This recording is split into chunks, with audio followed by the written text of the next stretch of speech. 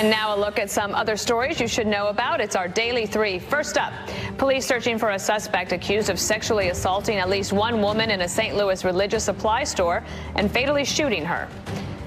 Second. So, Mr. Mayor, thank you so much for making the first purchase of marijuana in the regulated market here in the eastern part of the United States. The first 2 legal marijuana shops opening up in Massachusetts today. They are also the first stores to legally sell marijuana for recreational use on the East Coast. Pot is sold legally in 6 western states. And third, 2 private equity owners of Toys R Us will be handing over a $20 million hardship fund to benefit thousands of former workers who lost their jobs without severance when the toy company liquidated back in June. Residents are sifting through what's left of their remains after those horrific fires out west. Now, rain is in the forecast, which brings a new threat of flash flooding and mudslides. Meteorologist Adam Klotz joins us in the Fox Weather Center. Adam.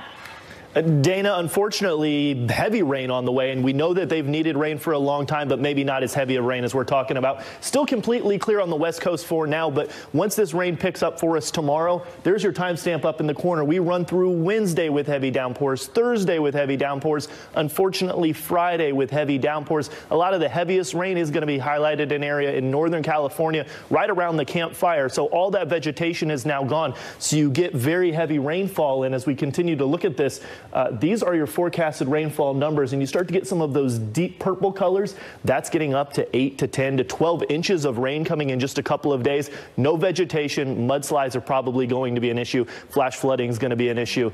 It's not the type of rain those folks needed, Dana. And Adam, tell me a little bit more about the rest of the country, because I read that 53 million people are going to be traveling this week. So besides what's happening on the West Coast, a huge travel week ahead and then weekend as well as we head into it. But actually, things are looking pretty good. Yeah, it's clear across the country. That is getting into today. If we look towards tomorrow, we actually do begin to see a little bit of a shift. Maybe just that rain that I was talking about on the West Coast, that's really going to be it. It's going to be frigid here on the East Coast. Yeah, well, tell me a little bit about that. Like record-setting cold. Record-setting cold. If we top off at 27 degrees, which is possible here in New York City, that would be the 3rd coldest Thanksgiving high ever. Winds maybe up to 20 to 30 miles an hour. So it's going to be. Is that going to affect the parade? Well, if you get 30-mile-an-hour gusts, you won't have the balloons. But that's still borderline right now. It's a little too early to say. My mom's coming, and she really wants to see these balloons. I'm going to be out there, and I want to see the balloons also. All right. All right, Adam Klotz, thank you. Happy Thanksgiving as well. Yeah, you too. It was a very special reunion for Clemson walk-on running back Ty Lucas. Watch this. Hey! Hey, what?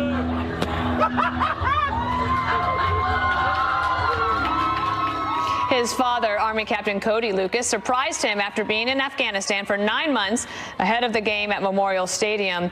He has been in the Army for 10 years and served 2 tours. And the good news is they will have Thanksgiving together. And Clemson beat Duke 35-6, proving my mascot theory once again. Thanks for joining us, everyone. Have a good Tuesday. I'm Dana Perino. Here's Shep. It's noon on the West Coast, 3 o'clock at the White House, where we're waiting to see if President Trump talks to reporters as he leaves for Thanksgiving in Florida. The president is standing by Saudi Arabia, even after what he calls the unacceptable murder of the columnist Jamal Khashoggi. The president says we may never know whether Saudi Crown Prince was in on it. But his intelligence agencies have concluded the prince actually ordered the killing. Also, there's word Ivanka Trump broke federal rules by using a private email account for official White House business. But her lawyer says this is a lot different than what Hillary Clinton did. And a live look at the Dow, Wall Street on track to wipe out all of its gains for the entire year. And breaking news now on Fox News Channel, do not eat romaine lettuce anywhere. If you have it, throw it away. If it's served to you, do not consume it. This is a brand new warning from the Centers for Disease Control and Prevention out in the last 5 minutes. Reporting begins now. Breaking news. Shepard Smith reporting live from the Fox News deck. President Trump stands with Saudi Arabia after the American intelligence community concluded that the Saudi Crown Prince ordered the murder of the Washington Post journalist Jamal Khashoggi. Today, the president insulted the murder victim and sided with the Saudis, who said our CIA is wrong. A live look at the White House, where President Trump will have an opportunity to address reporters at any moment now after the statement he issued earlier today. We now know that the Saudi hit squad tortured and killed Jamal Khashoggi inside the Saudi consulate in Turkey. Yet in his lengthy missive, riddled with presidential exclamation points, Mr. Trump wrote today in part, "We may never know all the facts surrounding the murder of Mr. Jamal Khashoggi. In any case, our relationship with the Kingdom of Saudi Arabia." The president said that maybe the Saudi Crown Prince, Mohammed bin Salman, knew about the murder, or maybe he didn't. Yet the CIA has concluded not only that he knew, but that he ordered the brutal killing. Lawmakers are putting pressure on the White House to punish the Saudis. Both Republicans and Democrats and U.S. allies are doing the same. So the president may not have the last say. We're waiting for the full report from the CIA.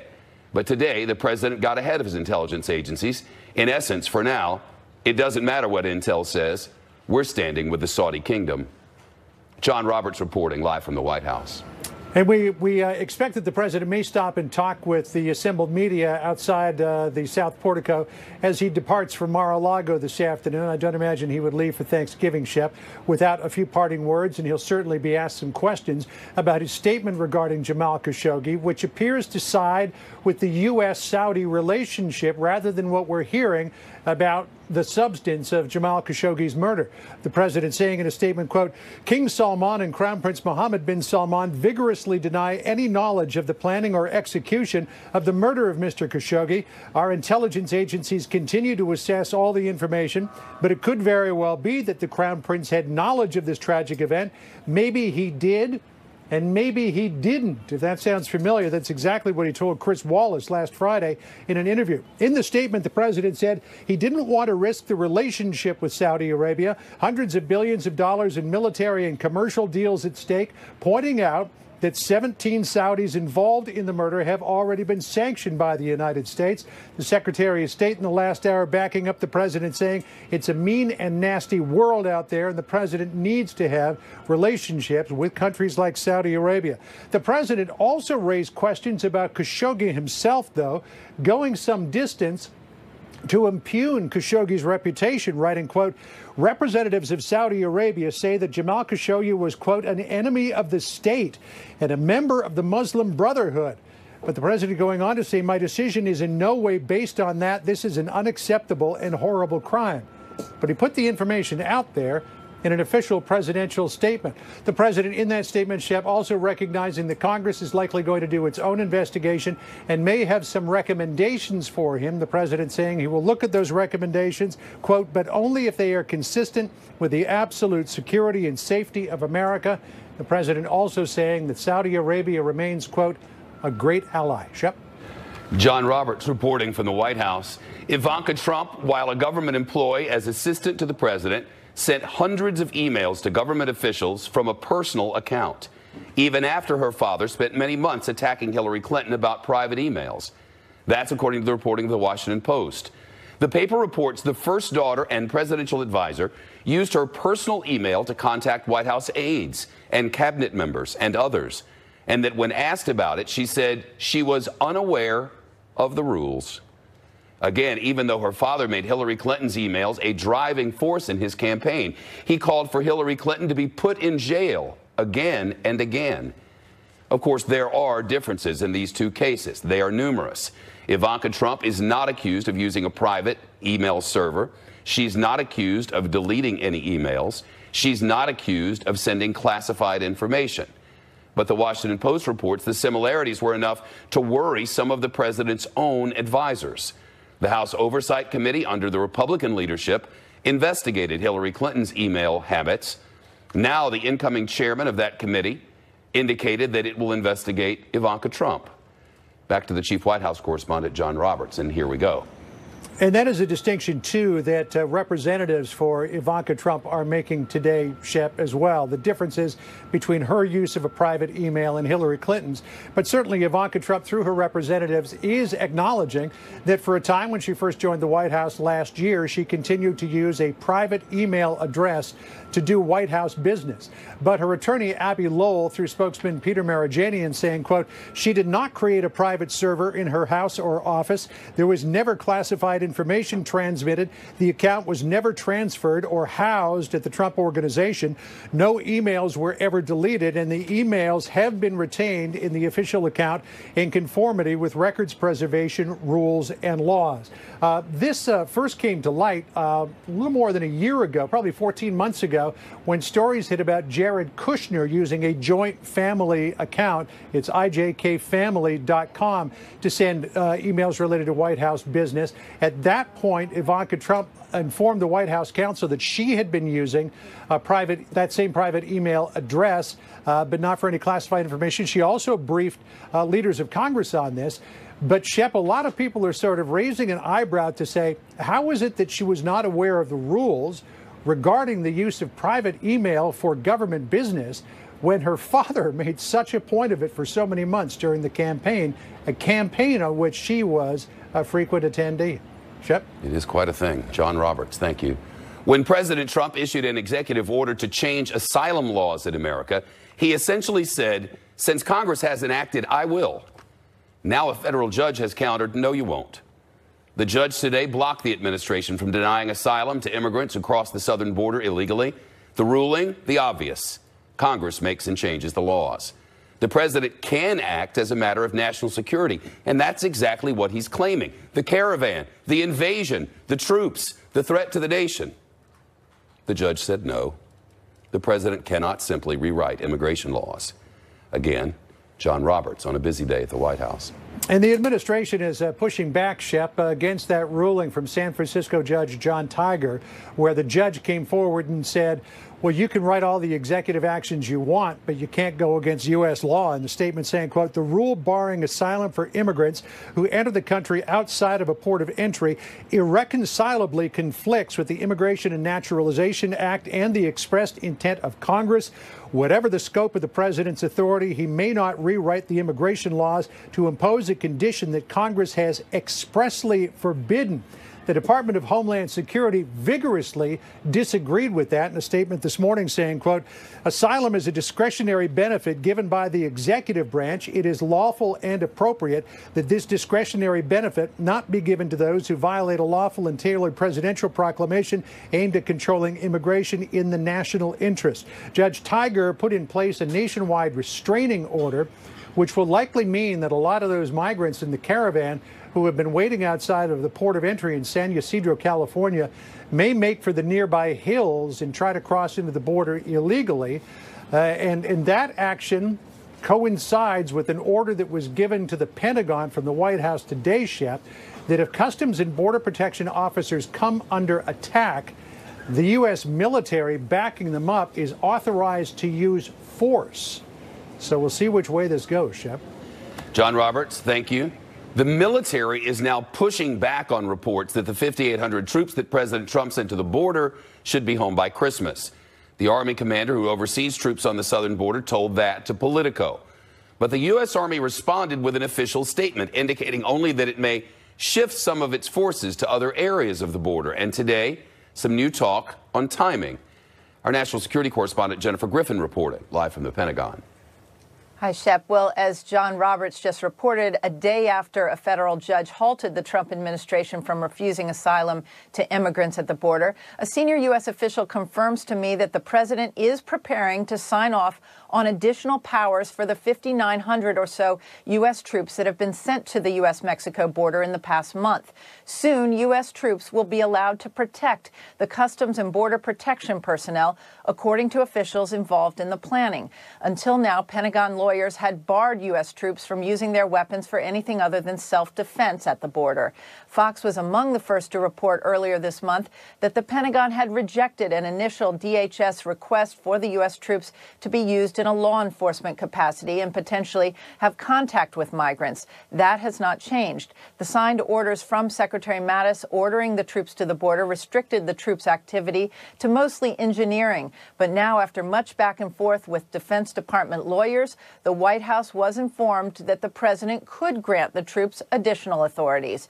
The U.S. troops remain pretty far back from the border, I'm told, and would be a line of defense if local and state police and National Guard were somehow overwhelmed. Yesterday, Lieutenant General Jeffrey Buchanan, the Army general overseeing the troop deployment, said some of the 5,900 troops could begin leaving the border as early as this week, forcing U.S. Army North and U.S. Northern Command to issue the following clarification.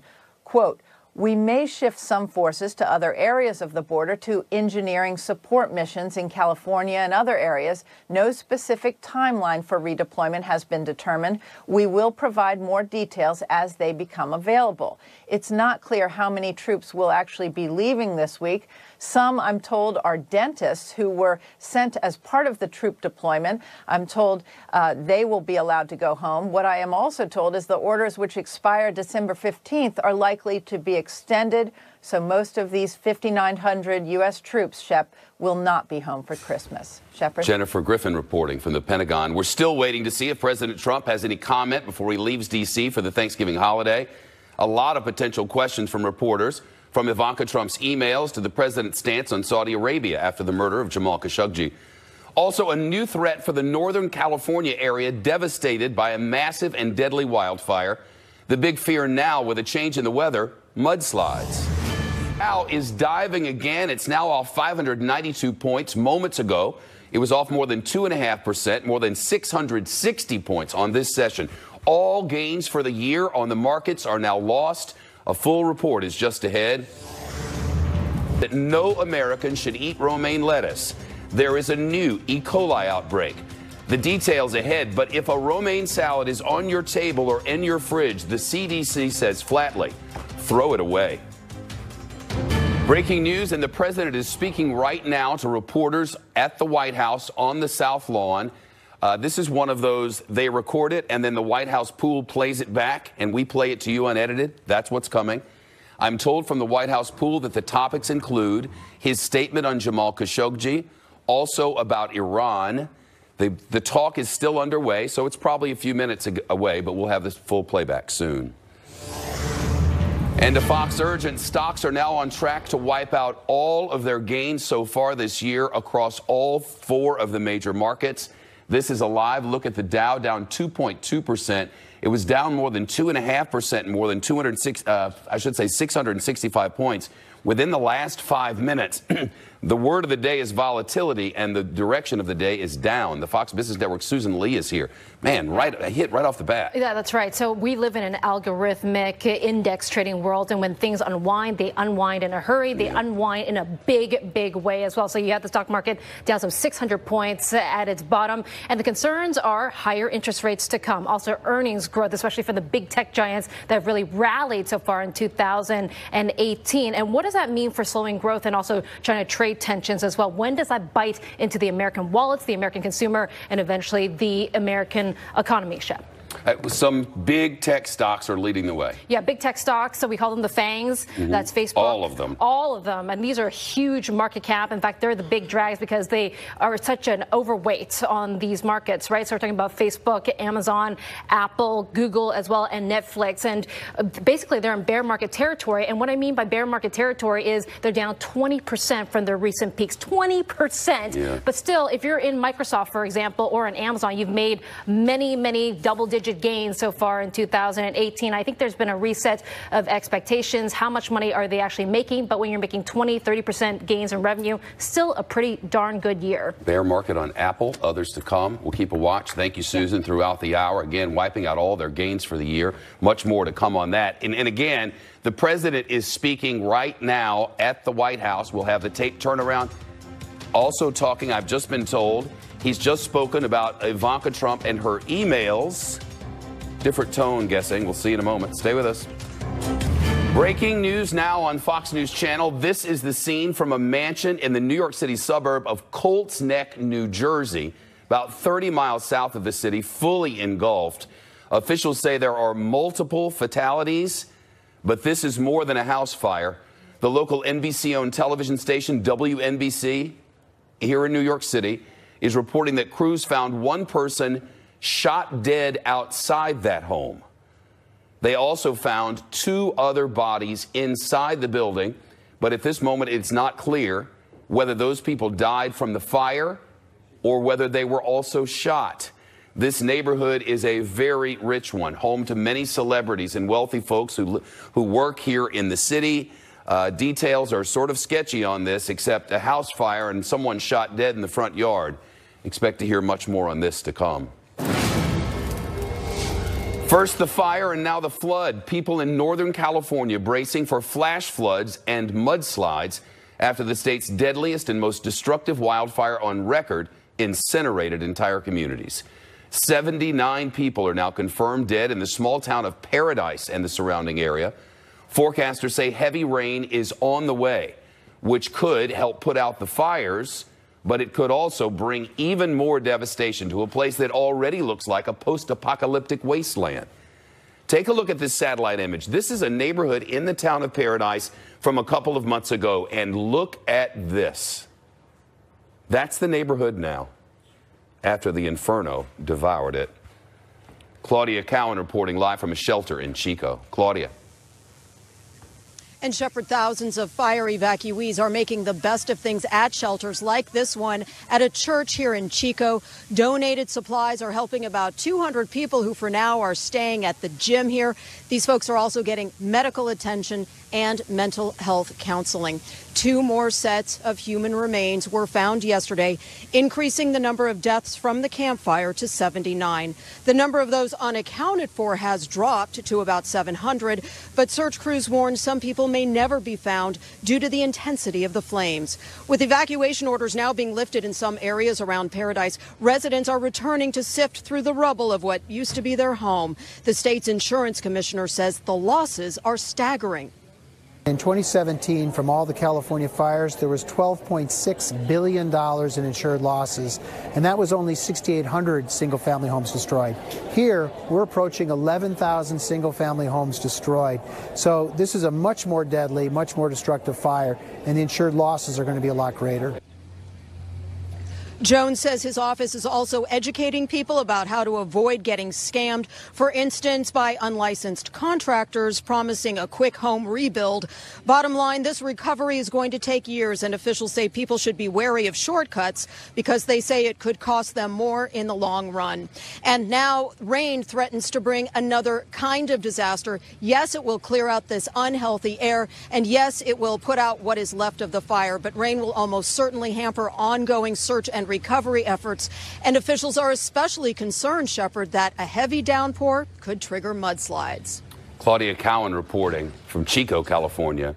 Ahead, more on Fox Top Story, the killing of Jamal Khashoggi.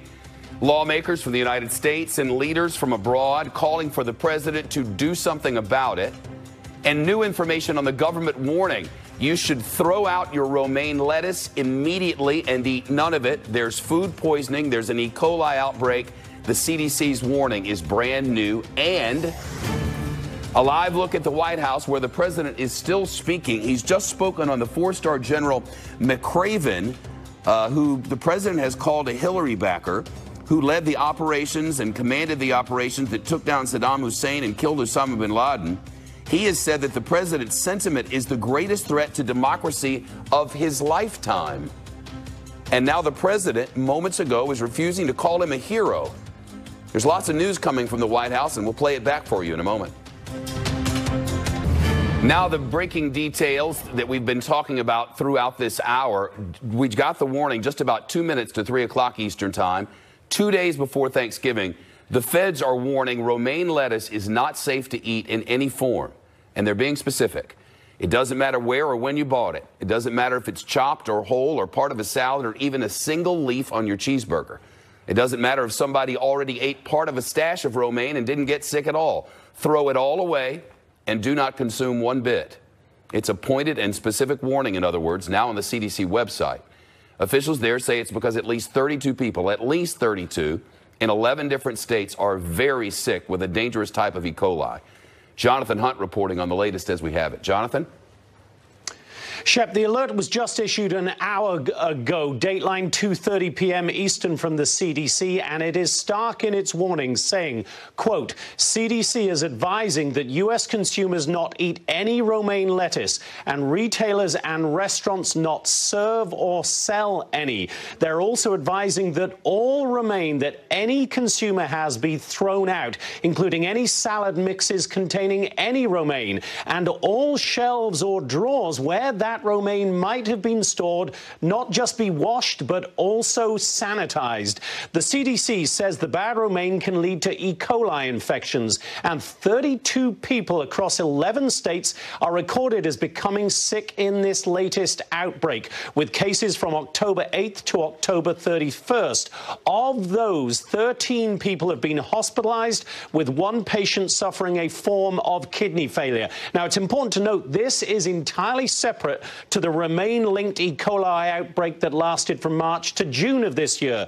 210 cases were identified in that outbreak across 36 states, and 5 people died. Then the outbreak was traced to Yuma, Arizona. But this warning is unusually broad because the CDC has not at this point been able to identify where the infected romaine is coming from. So the bottom line here, Shep, do not eat any romaine anywhere. Get it out of your fridge or off your shelves. Wipe those shelves down with antibacterial wipes. And if you have any stomach illness symptoms, write down everything you've eaten in the last week, according to the CDC. Get to a doctor and get all the information to public health investigators. This is a serious and urgent alert from the CDC. And as we saw in that earlier outbreak this year, the E. coli from infected romaine can kill. So the message, plain and simple from the CDC, do not take any chances. Shep? Jonathan Hunt, thank you. Back to Fox top story, the fallout over the death of Jamal Khashoggi. Republicans, Democrats, some U.S. allies overseas, all applying enormous pressure on the president to get tougher on Saudi Arabia. The president said the U.S. would probably release a full report on the Washington Post columnist's death by today. We're still waiting for that report. But we did get a statement from the president saying that he stands not with our intelligence agencies, but with Saudi Arabia. Benjamin Hall with the follow-up live from London. Yeah, hi, Shep. You know, for 2 days, what we've been waiting for is this report from the CIA about whether or not Crown Prince Mohammed bin Salman knew about the death of Jamal Khashoggi in advance, and if so, how perhaps the president should move forward. Instead, what we got was this statement from President Trump very clearly saying that he was going to put national security first and laying out all the threats that the U.S. faced in the Middle East and how they could work with Saudi Arabia to counter some of those. This has always been the rhetoric from Saudi Arabia as well, the importance of the relationship, the issues they work on, fighting radical terror, intelligence sharing, working in Yemen, pushing back Iran across the region, and more. Saudi Arabia has not yet responded to the statement, but earlier today, the foreign minister commented, saying, quote, "We in the kingdom know that such allegations about the Crown Prince have no basis in the truth, and we categorically reject them." President Trump also repeats some of the rhetoric we've seen in Saudi media that Jamal Khashoggi was an enemy of the state and a member of the Muslim Brotherhood. He makes it clear that his decision was not based on that.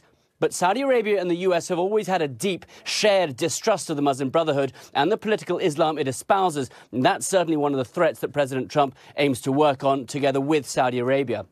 In Turkey, meanwhile, details continue to emerge about Khashoggi's death, with Turkish media releasing what it claims are quotes from the tape of Khashoggi's killing.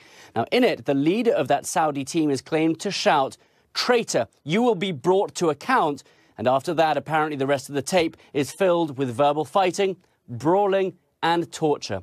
There's also been anger among journalists today since the statement, with the Committee to Protect Journalists saying, quote, "If you boil the White House statement down to its essence, President Trump has just asserted that if you do enough business with the U.S., you are free to murder journalists. So quite a lot of anger among the journalist community, particularly abroad. Whether other countries are going to follow suit and make statements of their own, we've yet to see. But certainly today, President Trump saying for him, national security is the first and foremost concern, and the relationship with Saudi Arabia is the key to that in the Middle East. Shep? Benjamin Hall reporting live from London. The president has just finished speaking to reporters about the Khashoggi case. He also talked about General McCraven. He also just talked about his new the head of the Department of Justice. So there's a lot of news coming. The White House pool will now get that to a playback machine, and we'll play it back on air. The president is just left on Marine One. He's headed for this plane to take him down to the Palm Beaches for the holidays. And should this White House playback begin during the commercial, we will interrupt the commercial for the playback. Now that. Promised we'll break in should the White House tape playback begin, and it is about to, 10 seconds from now. The president speaking with reporters before takeoff for Thanksgiving. So we're going now to the southern White House. We have a lot of work we're going to be doing in Florida. We had some really great election results, as you know. Georgia just came in, and that was a big success. Florida was a tremendous success with both the governor, Ron DeSantis, who'll be a great governor, and the Senator, Rick Scott. And as you know, Ohio was a great victory. We had a lot of great victories, so we're very happy about that. We put out a statement on Saudi Arabia, which I guess most of you have seen. And we'll see how that all works out. It's a very complex situation. It's a shame, but it is what it is.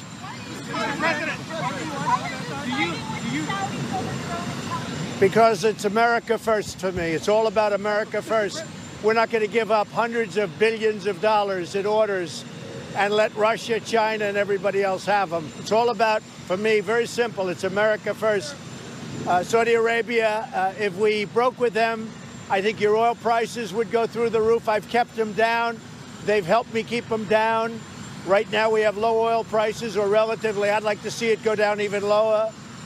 But I think that it's a very simple equation for me. I'm about make America great again, and I'm about America first. Mr. President, are you basically telling us, Mr. President, that human rights are too expensive? That what? That human rights are too expensive? No, I'm not saying that at all. If you look at Iran, just take a look at Iran, and you look at what they're doing. They are a terrorist nation right now. Although I must tell you, they're a lot better right now than they were when I took office. When I took office, they were heading in a very, very bad direction. And at some point, things very positive, frankly, could happen with Iran, but we also need a counterbalance. And Israel needs help also. If we abandon Saudi Arabia, it would be a terrible mistake. Allah is saying that they are not going to let Saad Hariri oppose government. Maybe it's a reply for the sanctions you place on them. I really can't understand what you're saying. Sorry. Mr. President, the Washington Post, in a statement, put out a statement. They said that you're putting your personal interest, your commercial interest. Well, I have nothing to do with Saudi. Just so you understand, I don't make deals with Saudi Arabia. I don't have money from Saudi Arabia. I have nothing to do with Saudi Arabia. I couldn't care less. And I will tell you, and as most of you know, being president has cost me a fortune, and that's okay with me. I knew that a long time ago.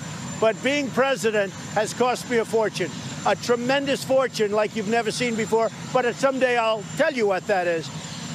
And I knew that a long time ago because I don't do deals. All I do is focus on this country and making great deals for this country. I don't focus on making great deals for myself because I don't care anymore. So Saudi Arabia has nothing to do with me. What does have to do with me is putting America first. Wait.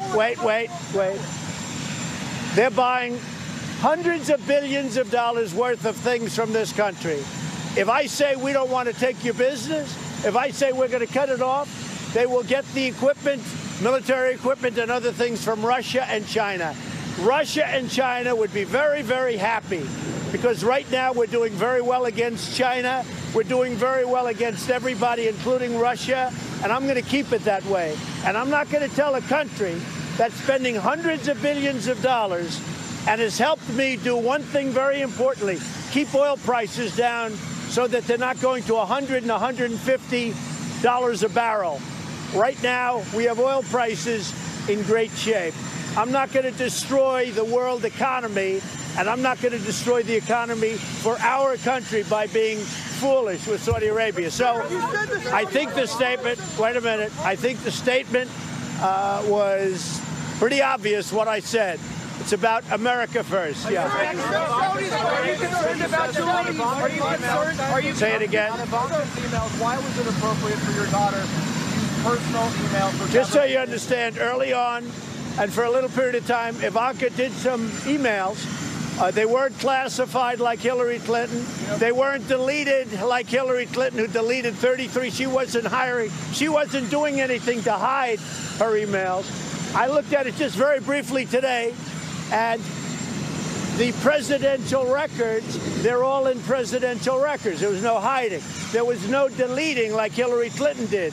There was no servers in the basement like Hillary Clinton had. You're talking about a whole different, you're talking about all fake news. So what Ivanka did, it's all in the presidential records. Everything is there. There was no deletion. There was no nothing. What it is a false story. Hillary Clinton deleted 33,000 emails. She had a server in the basement. That's the real story. The fact that your asylum policy has been put on hold.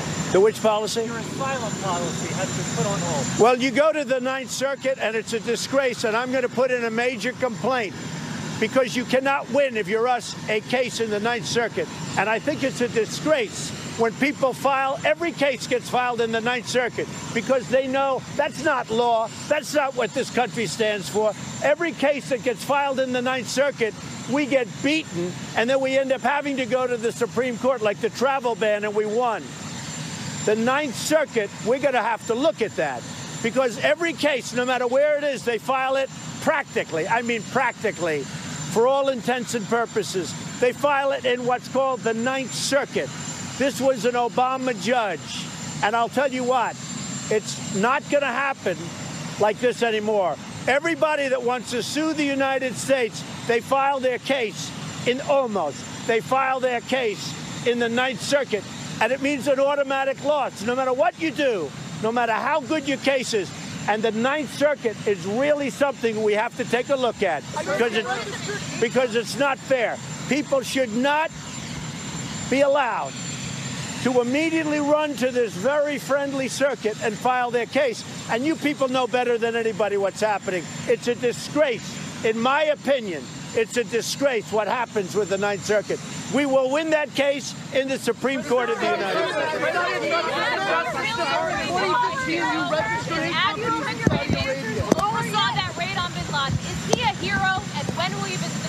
Go ahead. What do you have? Will you answer? I can't hear your question. I can't hear you. Your voice is not. I don't know Admiral. I don't know Admiral McRaven.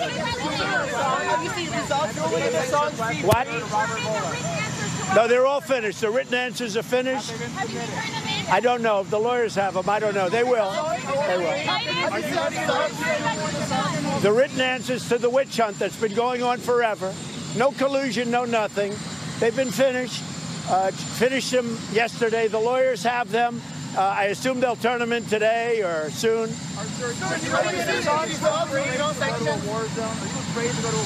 No, I'm going to a war zone. Yeah. Happy with the sanctions on Iran? What? Are you happy with the sanctions on Iran? Yeah, the sanctions on Iran are very strong, very powerful. They're sanctions, I think, that have had a tremendous impact. More sanctions are going on. We have a lot of tremendous support, and Iran is not the same country it was when I became president. It's a much different country, and hopefully at some point we'll be able to make a fair deal and help Iran and help the people of Iran. Should Julian Assange be able to go free? Well, I know that Schumer's daughter works for Facebook, which I just found out today. And if you look at what Facebook's been doing, you know, they have some real explaining to do, how they're so Democrat-oriented, all of them. But I hear Schumer's daughter works for Facebook. And I was very surprised and disappointed to learn that, because nobody knew that until now. Yeah, go ahead. Should Julian Assange go free? Shouldn't the Justice Department? I don't know anything about him, really. I don't know much about him. I really don't. Go ahead. What do you want Pakistan to do?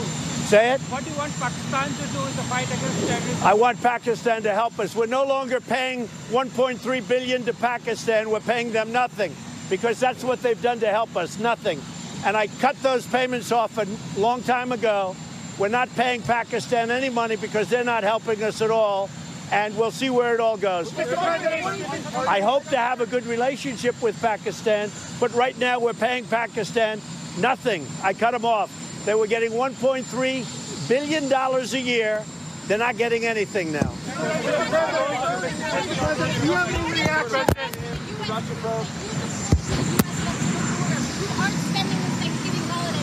Oh, you don't worry about the Thanksgiving. These are tough people. They know what they're doing, and they're great, and they've done a great job. You're so worried about the Thanksgiving holiday for them. They are so proud to be representing our country on the border, where if you look at what's happening, Mexico, the people from Tijuana are saying, wow, these are tough people. They're fighting us. They're in fistfights all over the place. These are tough people that are coming in. Now I understand they have 500 people that have been designated as, let's put it in a nice word, criminals. And these are the people that are coming in. No, you don't have people coming in. The order today is not, we can get around that very easily. What I do say, Ninth Circuit is, it's very unfair when everybody files their case in the Ninth Circuit. They file it for a reason. As far as the troops, they are proud to be on the border. They are proud to be defending our nation. And we're not letting people in. It's called catch and detain. It's not called catch and release like it has been for many years. For many years, they called it catch and release. They don't call it that anymore. And our soldiers are doing an incredible job. And if you look at the walls that they're building, and if you look at all the barricades that they're putting up, they've done a great job. Do you have any reaction to Michael Avenatti being arrested for domestic violence? No, I wish him the best of luck. I wish him the best of luck. What about the markets? Do you agree with Larry Kudlow that we're not headed to a recession? No, I think we're doing great. I mean, as a country, we're doing great. Our unemployment is at a record low. You look at all of the different statistics. I think your tech stocks have some problems, but that'll come back. But no, I think we're going to do very well. I'd like to see the Fed with a lower interest rate. I think the rate's too high. I think we have much more of a Fed problem than we have a problem with anyone else.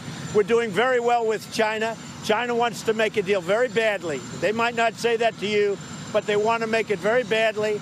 I have another $250 billion worth of tariffs to put on if we don't make a deal. And believe me, I'll be putting them on, because China's been ripping off our country for many, many years. And they don't rip us off with me. We made a great deal with Canada. We made a great deal with Mexico. I appreciate the help that Mexico's giving us at the border. You see that people are not coming through. All of the fistfights and the fighting that you see are done on the Mexico side. They're not coming in here, but I appreciate what Mexico's doing. They can do more, but I appreciate what they're doing. How can you say for sure that all of these haunted emails were preserved, which is using a private server? Well, they were preserved. The lawyer told me they're all preserved. Historically, they're preserved. What about the CIA assessment?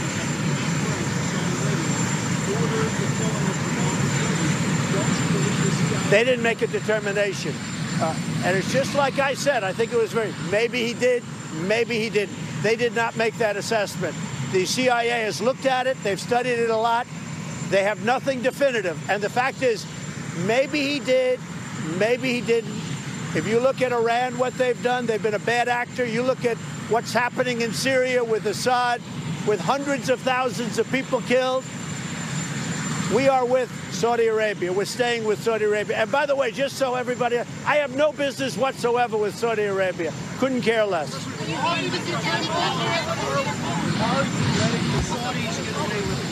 No. This is about America first. They're paying us $400 billion plus to purchase and invest in our country. That's probably the biggest amount ever paid to the United States. This is over a long period of time. It means hundreds of thousands of jobs, billions of dollars of investment and product. And if you think I'm going to let Russia have that money, or those things. If you think I'm going to let China make the military equipment, hey, China and Russia would love to make $100 billion worth of military equipment from Saudi Arabia. We have the contracts. They wanted those contracts. That would be a big, fat, beautiful gift to Russia and to China. They're not going to get that gift. Just so you understand, it's about Make America Great Again. It's about America first. We're going to stay with Saudi Arabia. The other thing, Saudi Arabia is probably the second biggest oil producer. They've worked with us very well. We've kept oil prices down. If you want to see oil prices go to $150 a barrel, like, by the way, Russia would love to see that, all you have to do is break up our relationship with Saudi Arabia. What? I don't know that he's going to be there, but if he is, I would. Yeah.